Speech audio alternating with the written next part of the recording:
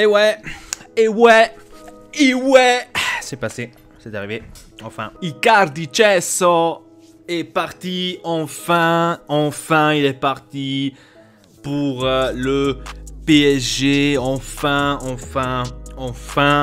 Désolé pour les Parisiens que vous avez eu maintenant un brocolo. Mais voilà, je suis très content parce que enfin, un joueur de merde est parti de l'Inter. Il serait peut-être temps et on a gagné la victoire, on va dire ça comme ça. On est très content de l'avoir libéré de cette merde, enfin, de l'Inter. Pour ceux qui disent ouais on l'a donné pour rien, etc., c'est complètement faux, parce que je pense que la plupart de personnes ne comprennent pas la clause libératoire. Alors la clause libératoire d'un joueur, ce n'est pas automatiquement la valeur du joueur. Est-ce qu'on s'est bien compris? Parce que tout le monde s'attendait à 110 millions. Ce Cesso ne peut pas être 110 millions. Il a rien foutu. C'est un joueur de merde. Déjà qu'on a eu 60 millions, c'est déjà pas mal. Tu vois ce que je veux dire? Je me rappelle que le Naples voulait donner 50. D'ailleurs, il y a 3 ans de cela. Donc, c'est moi pour vous dire. Hein. Donc, je trouve que 60 millions, c'est extrêmement bien. Plus encore, une clause dessus pour que s'il sera vendu à la Juve, ça sera pour 15 millions en plus. Et nous on reçoit un truc du genre, je sais pas quoi. Bref, on s'en bat les steaks. Donc il est parti celui-là, ça me fait extrêmement plaisir. Et donc voilà, c'était le sujet Icardi Cesso. Enfin il est parti, je suis content. Enfin, un jour de moins. Maintenant, on va parler sur Tonali. Tonali, à ce qui paraît, serait très proche de l'Inter grâce justement à ces 60 millions qui sont arrivés de Mauro Cesso. Je suis très content qu'on est derrière Tonali, qu'on essaye de le prendre. Maintenant, ça ne veut pas dire qu'on va l'avoir à 100%, à 2000%, 40 millions %. On va dire que pour l'instant, on est avantageux. Est-ce que c'est dit ? Bref, pour l'instant, on a un avantage par rapport à la Juventus. La Juventus, pour qu'elle devienne dangereuse, on va dire, sur Tonali, c'est il faut qu'elle fasse d'abord la vente. Donc, c'est-à-dire, il faut qu'ils arrivent à placer Pjanic, par exemple, au Barcelone, pour qu'ils puissent avoir de l'argent qu'ils peuvent redépenser.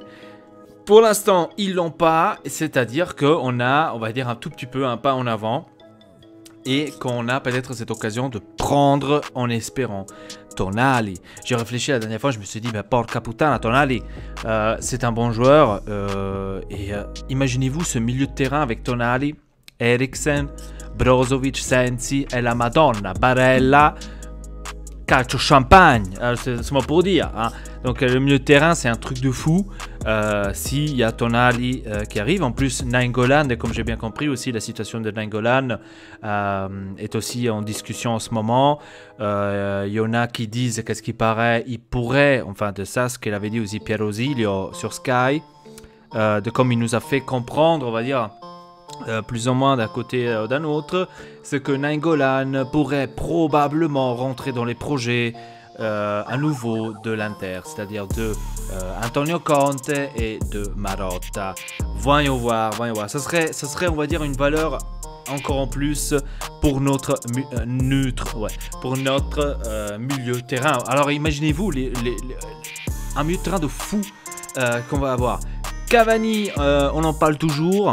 On ne sait pas encore exactement où est-ce qu'on est. Avec Cavani, c'est un tout petit peu difficile. Je pense qu'on est dans les on va dire en train de voir qu'est-ce qu'on pourrait faire. Il a un énorme salaire et donc il faut voir, ça c'est un truc à négocier, mais Cavani ça reste, on va dire, l'objectif numéro 1 pour l'instant, enfin je dirais, ouais, pour l'attaque, parce que Timo Werner, je vous l'avais dit, je pense, dans une vidéo, Timo Werner, c'est beau d'en parler, c'est beau de le dire, ouais, l'Inter, il est proche de Timo Werner, ils veulent absolument l'avoir. C'est un tout petit peu plus difficile de l'avoir parce que c'est un énorme joueur, un énorme attaquant, il est jeune, il joue à Leipzig. Je pense s'il y a un Barcelone ou un Real Madrid qui va frapper à la porte, je pense qu'ils l'ont. vite fait, bien fait. Donc on va dire que Timo Werner c'est un tout petit peu plus difficile. Et il coûte, je pense aussi, un tout petit peu. Donc je pense pas que Timo Werner pourrait venir. Bien sûr, ça nous ferait extrêmement plaisir à côté de Lukaku de l'avoir. Après, voilà. Situation Lautaro Martinez. C'est ça en fait ce que ça pourrait débloquer le Timo Werner et Cavani, pratiquement les deux, hein, on pourrait le dire. C'est Lautaro Martinez. Alors la plupart ne veulent pas qu'il parte. Compréhensible. Moi je pense que je fais partie aussi de ceux-là qui disent je ne veux pas non plus qu'il parte parce que Lautaro Martinez, il est encore jeune, il a énormément encore à apprendre et je pense qu'il va s'évoluer énormément. Maintenant, si ça va être un énorme joueur, etc., ça, malheureusement, on ne peut pas le prévoir dans le football. Ça se peut que peut-être il va partir quelque part d'autre. En ce moment, on est en train de parler de Barcelone et qu'après, en fin de compte, il ne sera pas le Lautaro Martinez que tout le monde s'attend en ce moment ou en fait ce qu'on voit en ce moment. On verra bien, on verra bien. Donc, comment elle est la situation de Lautaro Martinez? Alors, je pense que là-dessus, le président Zhang était clair et net. Il a dit, enfin, même Piero Zilio, il a dit, mais je pense que c'est aussi une idée de Zhang. Il a dit clair et net, si le Barcelone voulait ou veut absolument Lautaro Martinez, ça sera pour 111 millions comme est la clause libératoire. Donc c'est inutile que les journaux italiens, c'est ça en fait, hein, que dès qu'on parle d'un transfert de l'Italie ou de l'Inter en général, ils essaient toujours de savoir plus qu'ils ne le savent pas. Et ça, je trouve très marrant. Donc encore aujourd'hui, il y a eu une sortie justement de Lautaro Martinez. Qu'à ce qui paraît, il aurait déjà un accord avec le Barcelone qui recevrait 12 millions l'année, etc., etc. Oui, ok, tu peux avoir un accord pour 12 millions l'année, etc., etc., à droite et gauche, mais tu ne peux pas partir parce que l'Inter ne va pas te laisser aller. De 1 et de 2, il faut payer la clause libératoire si tu veux partir. Donc tout simplement, soit tu vas faire peut-être comme Neymar a fait au Barcelone, c'est-à-dire tu la payes toi-même. Hein, donc il y a 111 millions. Après il faut dire aussi les gars, moi s'il y a 111 millions pour un joueur, et si tu me donnes 111 millions pour un joueur, vas-y, hein, je suis pas là, je vais pas pleurer pendant longtemps ce joueur. Hein. C'est seulement pour dire, hein, si une autre équipe vient et me paye la clause libératoire que moi je veux de 111 millions, parce que soyons d'accord les gars, Lautaro Martinez ne vaut pas 111 millions. Est-ce qu'on est bien d'accord à ce point?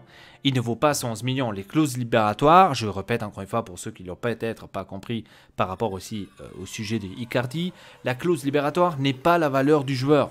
On est bien d'accord?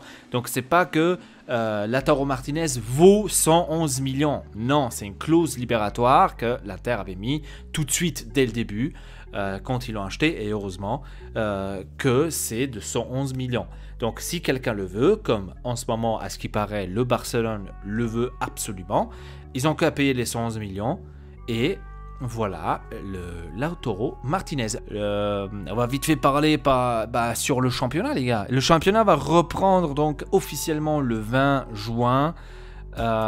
Donc très intéressant parce que j'ai regardé on va dire les dates de l'Inter. Hein. Très intéressant parce que pratiquement on va jouer tous les 3 jours. Hein. Tous les 3 jours pratiquement on va jouer. Donc c'est très intéressant. Alors on va commencer tout de suite le 21 juin. La récupération on va dire du match contre la Sampdoria. Ensuite on a le match 3 jours après contre le Sassuolo à 19h30. Donc c'est des horaires un tout petit peu qui ont attiré beaucoup de critiques. Mais bon on fait avec. Ensuite avec Parma. Donc à noter aussi qu'on joue 2 matchs d'affilée chez nous à la maison. Je viens de remarquer ça maintenant. Même après en plus. Waouh. Après à Parma le 28 juin. Donc là c'est à nouveau 4 jours après. Le 1er juillet on va jouer contre Brescia. Le 5 juillet contre Bologna. Ensuite Verona le 9 juillet.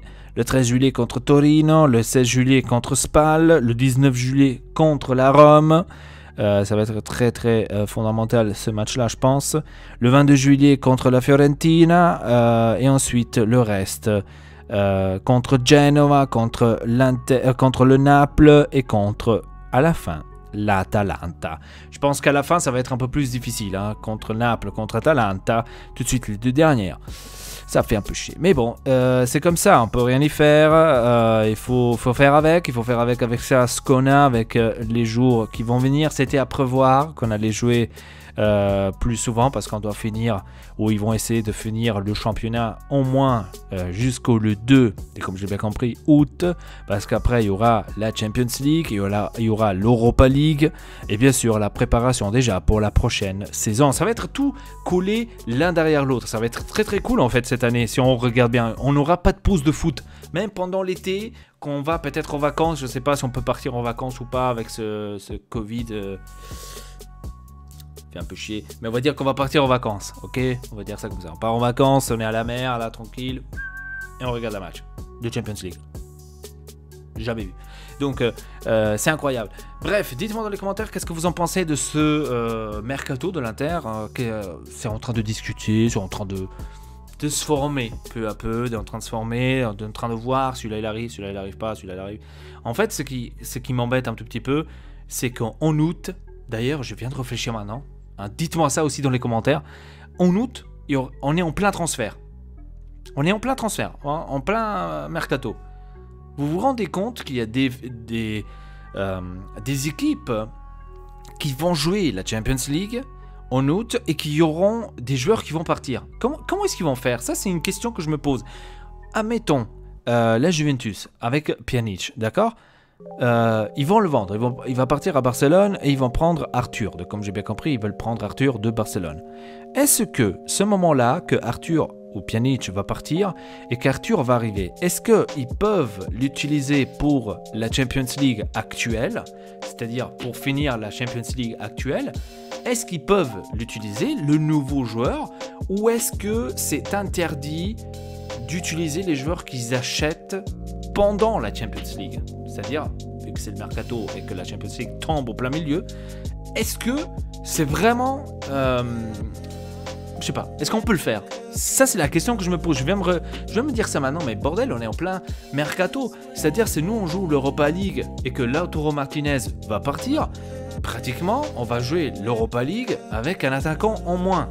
Un attaquant de haut niveau, je suis en train de parler, hein, en moins. C'est-à-dire, on est obligé pratiquement de jouer, entre guillemets, avec Lukaku et Esposito, à ce point-là. Mais est-ce que, si, par exemple, on va s'acheter Timo Werner, est-ce que d'ailleurs, eux aussi sont en Europa League, si je ne me trompe pas, est-ce qu'on pourra les utiliser?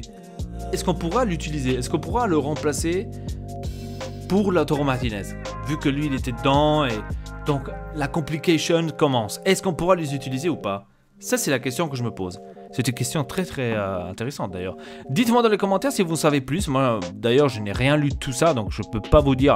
C'est pour ça que je vous pose la question. Donc, ça me ferait extrêmement plaisir de le savoir. Et voilà, c'est tout pour cette vidéo. N'hésitez pas à vous abonner à la chaîne Ortex et Elpa. Laissez un petit like, ça me ferait extrêmement plaisir. Et sur ce, à très bientôt pour une nouvelle vidéo. Votre Elpa. Triple peace. C'était dur de changer, dur de dire ceci doit s'arrêter. Grâce à mes potes, j'ai pas de regrets. Ils m'ont sauvé, aujourd'hui je suis le plus heureux à tout jamais. Chaque bataille commençait, je savais que j'allais la gagner. Tous ces perdants qui sont passés sur mon chemin m'ont vu une fois et maintenant ils me craignent. Certain que tu veux que je vois ton bien, pas besoin, j'ai tout pris déjà ta dignité, hein.